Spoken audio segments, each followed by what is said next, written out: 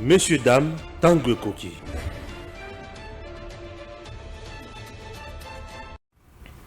Messieurs, dames, bonjour. Une fois de plus, bienvenue dans votre émission que vous appréciez.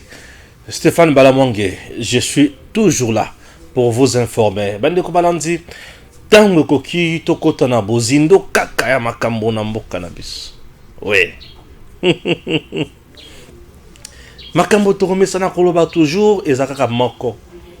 Kolaki Sabino Batu Oyo Bazo Bomana Ba O Bazo Bikisa. C'est ce qui est très important. Batu Bazo Bomana Bato Bazo Bikisa. Ah oui. Ouais. Bato Bazo Bomana Bato Bazo Bikisa. Ndenge Zabouye, ils sont en simple. 3 membres du gouvernement va démissionner. Cherbé aucun des ministres et à transport. Ministre et à plan P a démissionné. Christian Mwando, vice-ministre Moko P a démissionné. Balobi, Bango, il faut balanda. Mot d'ordre à partir na Bango. Donc la partie est zoyo kanale sosuna mokonzambo kate. Donc la partie est longue na union sacrée. Bango, il faut pas démissionner. Bango vanda va continuer. Très important. Et Nalandi, sous ce dossier moko très très sensible. Paraît-il Moïse Katumbi et des mèches nanani na M23 ce qui est le moko fritaki ce qui nini. Est-ce que information ana eza ya solo to eza lokuta nde loko na otuna kaka info na yo ki wana eza ya solo to eza ya lokuta ce qui eza ya lokuta merci mais ce qui eza ya solo que les services de l'État fassent leur travail. Moïse Katumbi traite Kabila de mon frère. Kabila c'est mon frère. Ndenge Zawana, Kabila c'est mon frère. Merci Ezara Makamoto Lobela. Na katia émission Oyo. Na roko tapé na Bozindo. Ya Oyo batobalo bananga mingi na balabala. Na bapel. Yoza muto Kabila muto Tshisekedi. Toi tu ne peux pas tourner une émission sans citer le nom de Kabila. Pourquoi tu ne veux pas quitter Kabila? Pourquoi? Qu'est-ce que Kabila t'a fait? Ce soit fini là. Merci de m'avoir insulté. Je vais encore parler de Kabila ici. Pour une fois vous énerver. Je vais encore vous énerver. Mbalaibele. Pourquoi vous êtes trop tshisekidiste? Est-ce que je suis trop tshisekidiste et je suis contre Kabila dans un nénéni? Non, répondre encore. Mais nous avons d'abord la première partie où il y a Makambo, il y a Bato va démissionner. Après, Datacol, où ils ont Sungabino, pour que vous ayez un choix malamu pour na kopona. Pour na koyeba, Batuni ne sengeli bopona. Datacol. Vous avez envie de gagner les élections de votre circonscription? Datacol a la solution. Si vous écoutez ce message, vous êtes sur la première marche qui mène à la victoire. Cela vous semble impossible de gagner les élections de votre circonscription facilement, intelligemment et à moindre coût? C'est que vous ne connaissez pas encore Datacol. Soyez novateur en politique et utilisez les services Datacol. Ce service est la solution idéale pour tous les politiciens, tous les indépendants ou encore toute personne soumise à la diaspora qui souhaite s'impliquer dans une campagne politique qui gagne. Grâce à notre cloud, vous pouvez facilement rassembler autour de vous des partenaires et des agents qui trouveront vos électeurs. Plus besoin de clés USB ou de fardes de stockage pour vos membres. Chaque électeur aura une place dans le cloud et vous pourrez les contacter à tout moment. Cette technique permet de garantir vos voix lors des prochaines élections. Vous êtes électeur? Soyez vigilant et vérifiez la transparence de votre candidat. Chaque candidat crédible se trouve sur Datacol. Si votre candidat ne s'y retrouve pas, il ne sera pas joignable et vous ne pourrez pas lui faire part de vos besoins. Il est donc inutile de voter pour lui. Vous êtes entrepreneur? Rejoignez l'équipe en devenant consultant de politiciens pour la campagne électorale. Non seulement vous aiderez une personne qui veut faire bouger sa région, mais vous pourrez également gagner de l'argent. N'attendez plus, créez un compte Datacol et soyez le plus tendance des politiciens. Des milliers d'électeurs vous observent à travers Datacol. N'hésitez pas à créer votre compte sur www.datacol.com. N'hésitez pas à créer votre compte sur www.datacol.com. Merci Tolandi Datacol. Makambo mahali koleka na ba centre ya enrôlement eza ndenge nini? Nazo ka mutu aza masculin akoti kuna bibi féminin. Eza solo.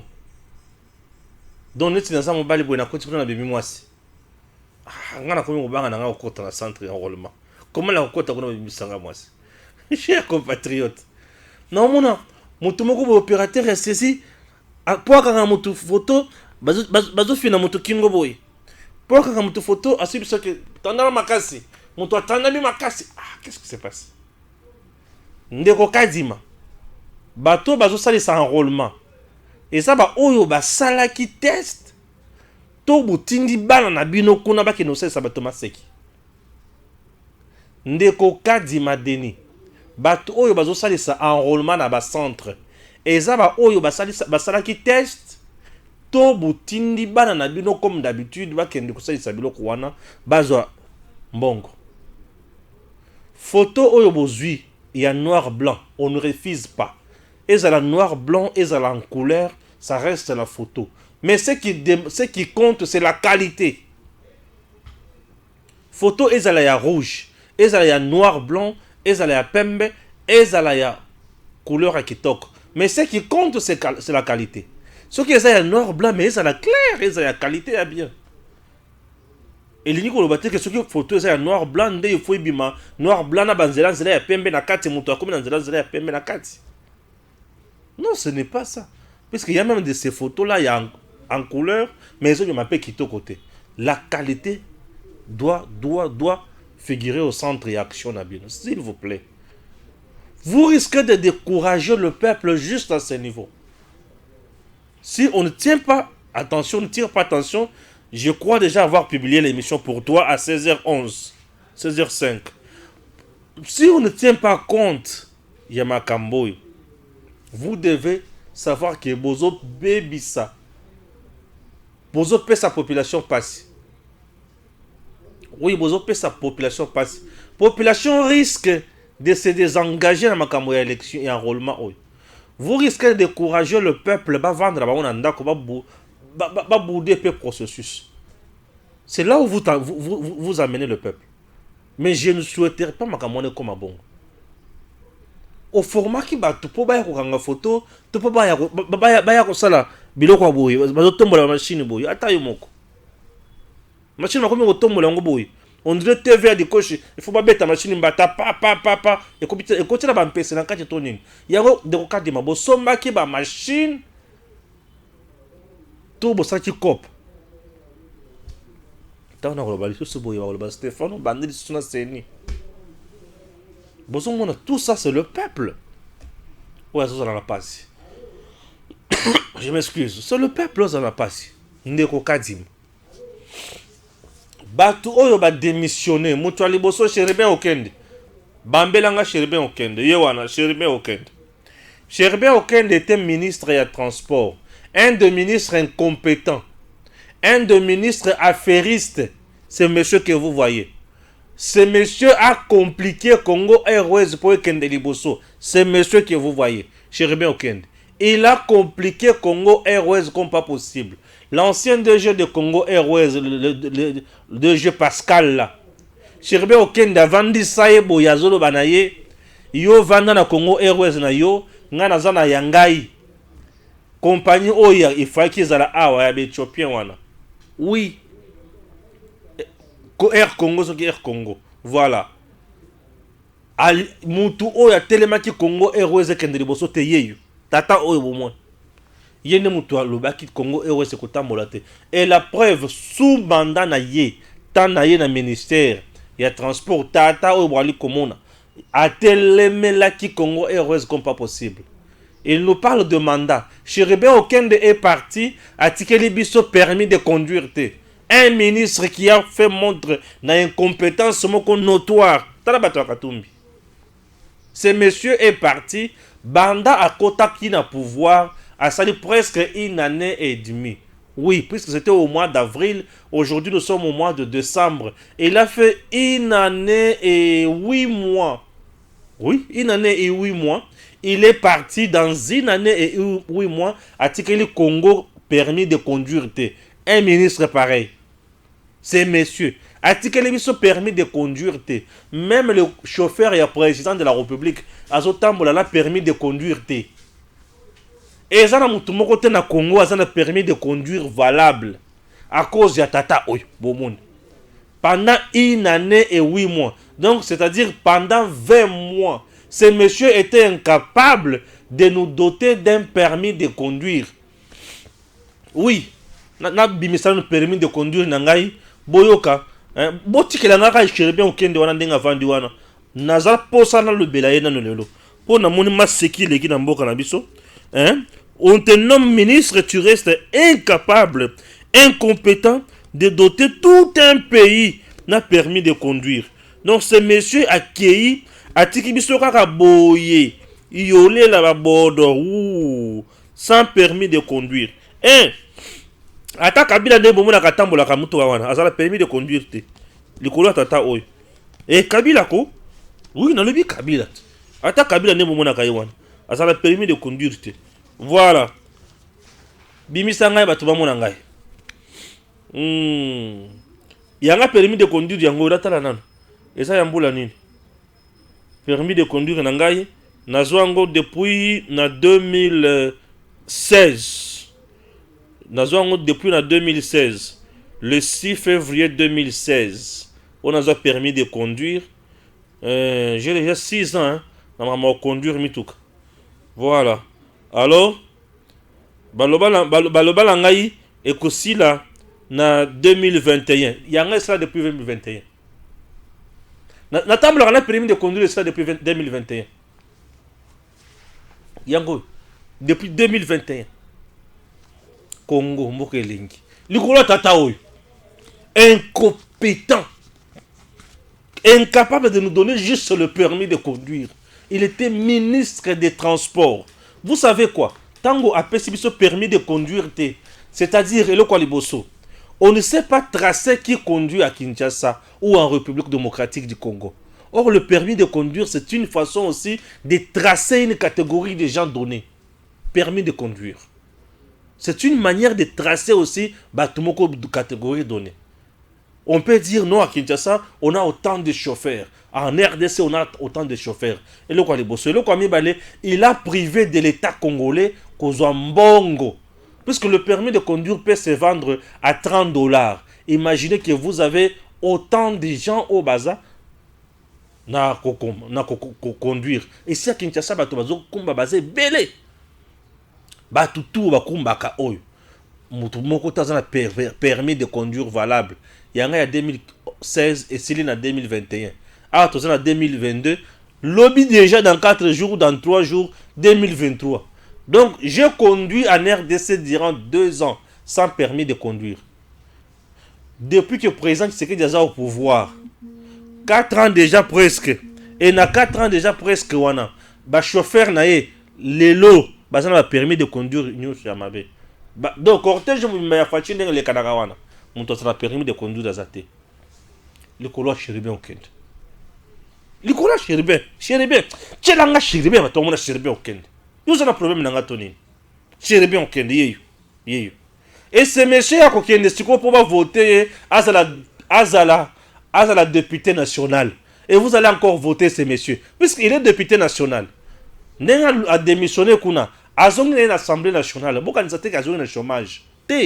Il était ministre à Rozong à l'Assemblée nationale. Oui. Déjà nenga zawana dans 5 à 6 jours. Assemblée nationale.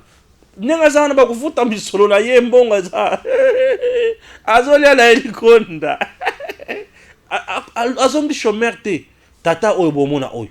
Donc Congo nenge za boy Kabila azana permis de conduire te Olivier Mbazana permis de conduire te Fachi ba cortège mobimba Fachi permis de conduire ezate le colonna ye ngai ne na za boy yanga c'est là depuis 2021 2 ans nous avons permis de conduire te Congo to za bongo. Il s'est dit ministre. Il s'est dit qu'il a à servir le pays. Ce monsieur a servi le pays. Maintenant, il y a un arrière. Il y a un frais de fonctionnement. Et ce monsieur était plus dans des dossiers où il était li kaka makamambongo. A kangi mbongo ya Congo Airways mbula basanza ebele. Oyo mbongo ebimaka pona kopesa na ba entreprise wana ya Congo Airways. Ndenge bozomona eboy. Akangi mbongo wana. abanda kokanga mbongo wana mbongo ebanda kobima te. Aujourd'hui, alobi qui a démissionné. Oui, c'est bien. Mais qu'est-ce que tu as fait? Pays épicier, Congo épicier mbongo, épicier santé financière. Tel qu'il est là, attend l'élection en 2023. Ah, car on est à Zaboui. Abimi la santé est bien. Hein? Santé est bien. Bien cravate, bien chemise, bien veste. À l'aise. N'est Zaboui. Ah, coucou fanan zalata. Ce monsieur avait un parti politique. Katumbi a pesa bangombongo. Basomba parti naye. A comme membre et ensemble. Président cellulaire. Moutou azalaki président national ya parti. Andimia c'est la président cellulaire. Et ensemble. Tala niveau. Tala niveau. Ndenga kebo ye ministre ya transport. Aïe bisabiso. Train zonga kito ezonga kite. Bateau ezonga kito ezonga kite. Aïe bisabiso. Ndenga kotaki na ndenga bimi. Ye kutu akoti piaka azui. Abimi atikeli biso kaka échec to tikali sans permis. Vous comprendre? Et aujourd'hui à lobby et parti nangai et lobby ngai fonazonga et consort. Oui. Mais il est parti. A-t-il fait le rapport ou le temps financier au ministère naie? Ndebi sika siko nazotu na Jules Alingete. Yo moto zakaka moke boke au point de presse. Yebisa biso Jules Alingete. Na bana na yo abitina utinda kawana. Est-ce que tata oyo nenga kibu tata oyo au sali état financier ya ministère naie pona koyeba ki misolo ba détourner to ba sali malamu na ministère naie puisque il y a ça qui organe technique. Qu'est-ce que je dis? Ministère technique tutelle ya makasi na entreprise de belé ya transport. Est-ce que ba sali audit pour ba que tout a été bien? Basali angote. N'est-ce pas? Akei. Peter Tiani a reçu tweeter makamo contre yete. Puisque hier azaya katumbi Peter Tiani azaya katumbi. Tant na koloba boy bato baloba Stéphane aime trop s'attaquer aux gens. Moi je devais dire aux gens de vérité. Ndeli wanyo subi koloba bato bazo betanga masasi bazo finganga atuka mikolo. Non, mikolo on a insulté mes parents. Non. Ah, chers parents, bolimbi sanga baboti nangai bolimbi sangai na komi ko fingi sabino bolimbi sangai ono ya mboka patriotisme ne komi ko fingi sa ba parents nangai. On insulte mes parents ces derniers temps na bato katumbi bato kabila comme pas possible. Ata ba finga ka baboti ya moninga ndenge wana oyoki pesa ke wana tata mukolo. Allo Stéphane, allo ya mama na yo papa na yo. Yozo finga nga likolo milatre. Milatre oyo aibi ata ba élément constitutif ya phrase simple te. Ozo finga nga likolo ya mutu oyo aibi même pas les éléments constitutifs d'une phrase. Aibi même pas que les éléments constitutifs d'une phrase. Oyo soki nga na tunika ka Joyce Muzinga, dis-moi les éléments constitutifs d'une phrase. Omuna aibi singa les éléments constitutifs d'une phrase. Le sujet, le verbe qui est la base et le complément. Natounie, le sujet c'est la camine wapi, le sujet commence au début de la phrase. Natounie bongo le verbe et la base. Et puis c'est au milieu. Biloko soki natounie yango milatra yebi yango te. Les éléments constitutifs d'une phrase. Natounie yango milatra. Aïe, c'est sur les éléments constitutifs d'une phrase. Matière à 3e primaire. Aïe, c'est que lobby a pour ça à diriger Congo.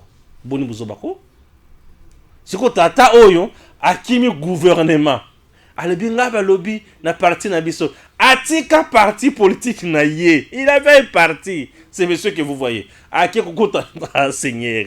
Congo bateau il faut que l'ongola bango chabango pembeni. Il faut savoir choisir les gens.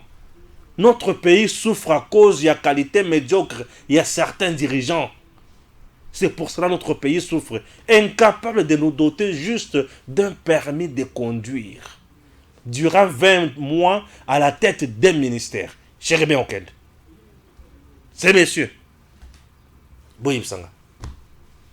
Nalungu na Chérie Okende. pesanga mutu mibale oyo démissionné lisusu wana nalakisa bato mosusu ye mwando afingisi kombo ya papa na ye pamba. Son père était un monsieur intelligent. Ce monsieur azalaki transparent na kati ya gouvernement, transparent. Yende mutu oyo avandelaki makambo ya 145 territoires, ministre d'État en charge ya plan. Boye bisanga plan oyo tozana na Congo, tata oyo inexistant. Une gestion opaque. Donc azvan na bureau azolala na epongi. Innocent. Ce monsieur avait aussi un parti politique lui laissé par son père, Papa Mwando Simba. Lui c'est Christian Mwando. Il fut ministre des Finances ya Katumbi, na tango Katumbi azalaka gouverneur. Na Katanga, ce monsieur. Mais il a accepté de prendre le parti de son père. Abomiango. Alibuya tokene na pas ya Moïse Katumbi. A commis président cellulaire. Ya Katumbi. Lelo Katumbi alobi nulungwa na gouvernement balungwe. Tango zoto na ngasiko balamwangi alobato alobate. Biloko aboyi. Tata boyi, tata mukolo boyi. Et ce monsieur est un monsieur intelligent, je vous dis. Un monsieur qui a étudié. Ce monsieur, ceux qui ont tourné, quels sont les éléments constitutifs d'une phrase à côté Sangayango. Bon, ceux qui ont tourné l'autre là, quels sont les éléments constitutifs d'une phrase à côté Sate. Mais ce monsieur qui connaît, capable d'enseigner l'autre, préfère Yakoyoka mot d'ordre na bango ayoki. Bazoyoki mot d'ordre ya bakonzi na bango. Son père, le géniteur, y a parti politique, oye azu a tekeli Katumbi. Ce qui a zalaki na bomoi. Héros na ebité dina à quoi tu kolela. Ce qui a zalaki na bomoi. Héros na ebité à quoi alinga ki alela ndenge nini. Alinga ki alela ndenge papa Mwando na lelita. Besika zali Mwando Simba. Son père fit informateur na gouvernement moko na tango Kabila. Son père fit ministre de la défense dans ce pays. Mais tala makamoma na yasali. Tala. Azo vanda, azo rêver. Si quoi accueillir atiki 145 territoires, projet phare au Fachi, il faut abana ko exécuter na 2023. Bakei. Vous savez pourquoi? Ayoki mot d'ordre ya parti, mais ayoki passe ya peuple te. Et les gens et ensemble baza bato bayoka Katumbi, mais bayoka ka passe na kolela ya peuple congolais te. Pour ceux qui bayoka qui passe na kolela ya peuple congolais, balinga ki bazwa décision oyote. Est-ce que je me fais comprendre? Les politiciens ventriotes baza na kati ya koluka positionnement. Ceux qui to sali boyete et kobeba, ceux qui to sali boyete et kobeba. Bomoni boyoki ba comprendre te. Ba comprendre te. Et il préfère quitter aux côtés ya mutu o yazana destin ya peuple la maboko. Il préfère abandonner le peuple congolais. Parce que le projet de 145 territoires, que c'est papa que vous voyez, que vous regardez chez vous, avant de la kiye mutu abanda kolamba makamonyo soana. Donc Fachi, avant de étudier makamonyo so, et lui aussi étant ministre d'État en charge à plan, il était aussi convié à la réunion soana, a préféré abandonner le bateau en pleine mer, a préféré azonga. Non, babengi ngai pa Katumbi papa na biso bengi akei. Akei. Comme l'intérêt du peuple congolais ne regarde jamais Katumbi, ne concerne jamais Katumbi. Bolunga kuna botika Tshisekedi ye moko. Donc ce qui Tshisekedi a échoué na niveau ya makambo ya 145 territoires, ça veut dire quoi? Ces territoires-là vont rester sans cité moderne. Ces territoires-là vont rester sans courant. Ces territoires-là vont rester sans école officielle.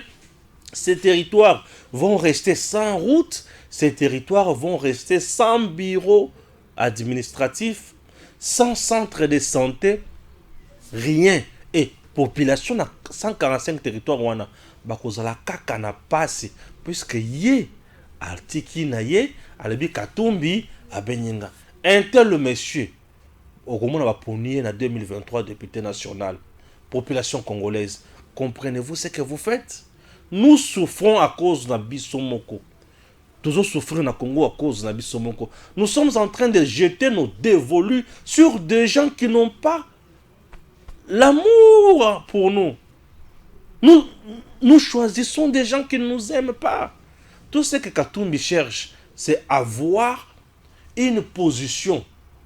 Yakitoko. Pour asala commerce na malam. Katumbi ne cherche pas à briguer la magistrature suprême pour Songayo. Oublie ça. Le Congo appartient aux Congolais, des pères et des mères. Bapaya bangonyo sur le Congo, toboyi bangote. Bavanda, ba servir biso na ba domaine msusu. Mais magistrature suprême, mutu ya Congo oyo. Il faut y vendre kaka na maboko ya mutu oyo longoban. D'ailleurs, monsieur le président Félix Tshisekedi, nayebi ke batebele ba ko sepela na bangote, mais wana za makanisi na ngai. Président Tshisekedi a sali 2 mandats na ye et sili na 2028. Monsieur le président, kokende no musika te présentement. Lokola orozala conseiller ya malamu ya mutu akoki kozonga. Alors soki ozwi mutu mususu ya libanda ekosimba te. Tia Anthony Tshisekedi. Azala dauphin na yo. Wana talingai.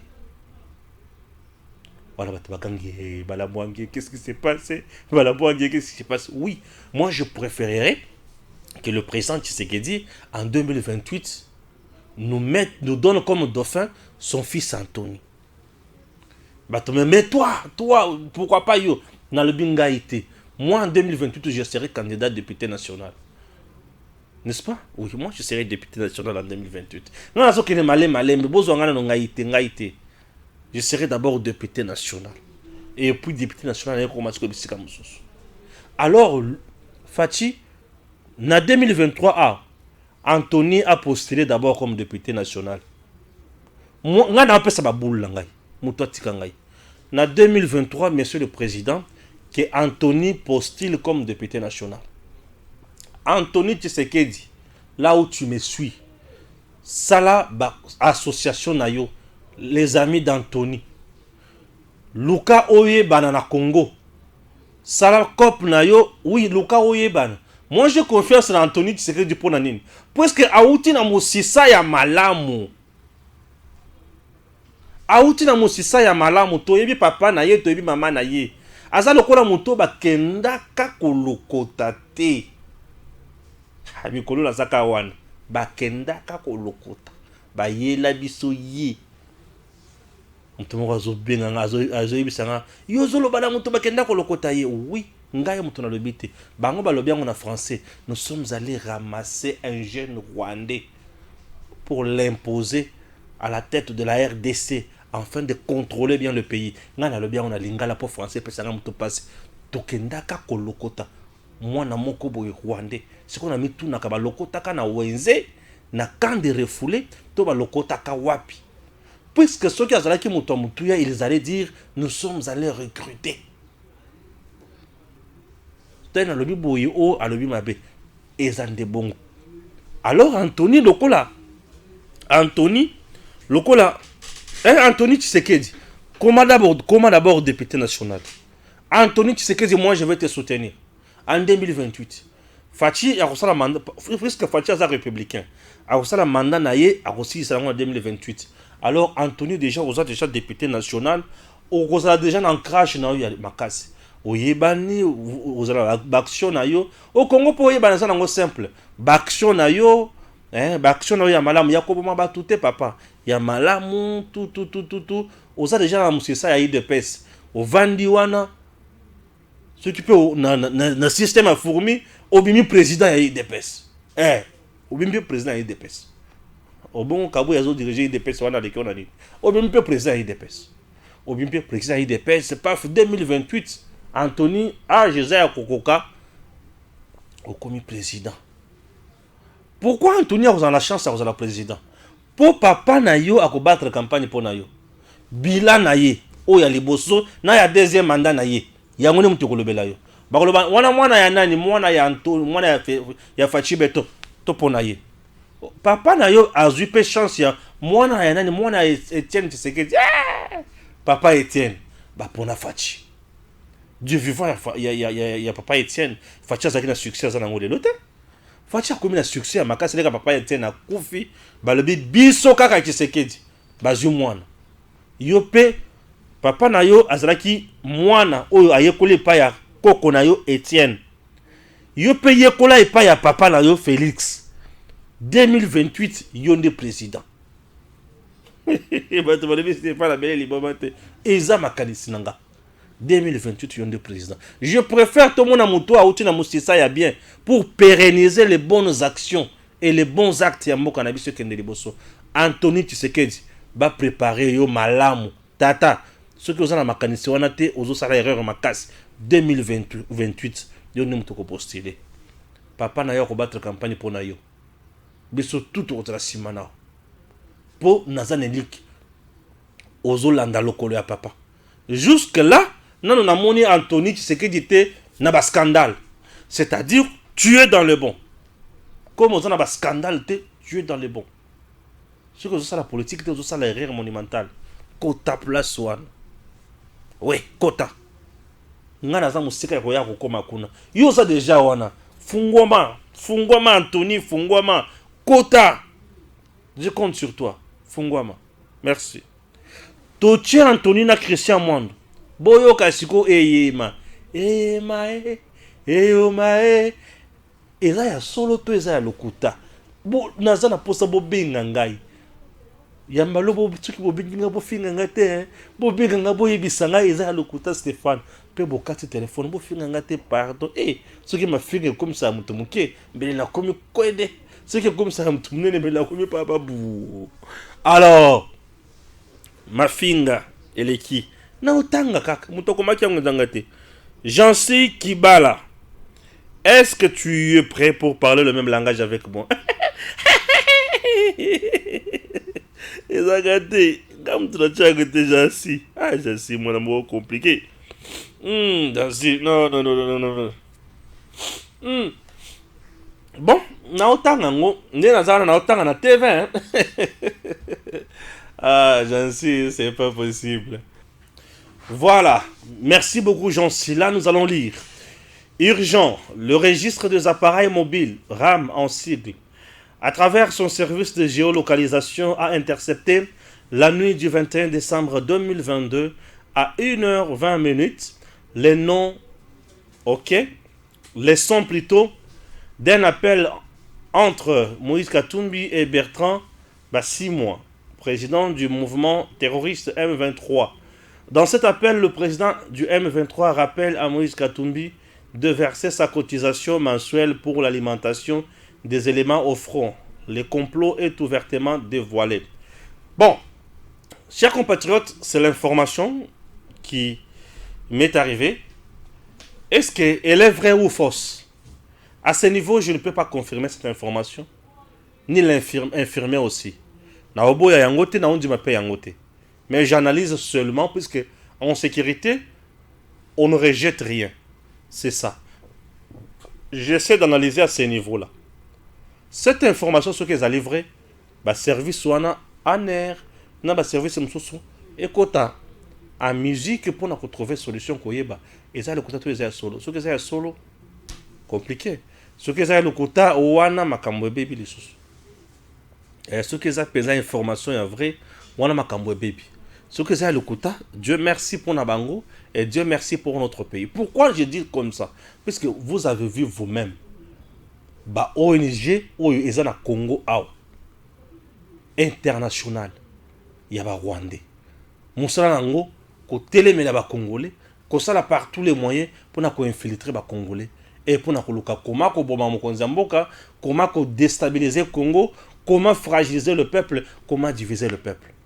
Et de telles informations, lorsque Zoyaboy, non, nous devons suivre tout ça de près pour Toyebake, Awa Ezamalamu, Awa Ezamabe. Chers compatriotes, c'est très important. Tovanda Touma Mabokote. Tovanda Tolala. Te. To comme un moment où nous se bouger, to sauter. Nous se zolingana, to lobby. De sorte que Oyo Nyon se simba makamo. Son loto pakala azonga sima ayebake nako persévérer dans le lenge oyote il faut nazonga sima pambate basi ba moni ngai nasi na bimi na poisa. C'est très important. Oui, c'est très important.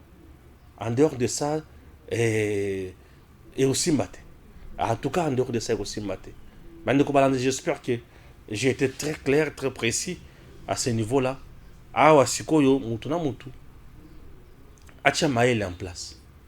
Mutu na mutu acha maele en place. Mutu na mutu ayeba nini sengeli kosala. Pour ceux qui te sali boyete, mabe ekoti. Ceux qui te sali boyete, mabe ekoti. Je suis très clair. Merci beaucoup. Voilà. Nzambe abatela Congo. Mabanji tokutani mbala sima. Messieurs, dames, tango koki.